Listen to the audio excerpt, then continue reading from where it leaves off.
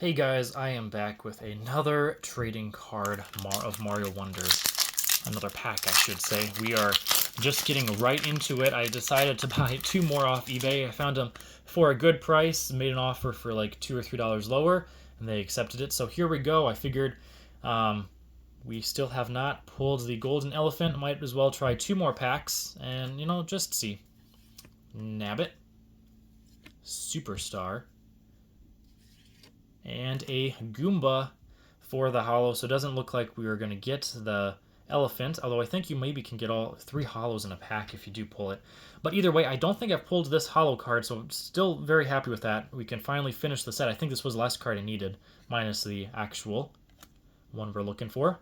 Plants. Daisy. Talking Flower.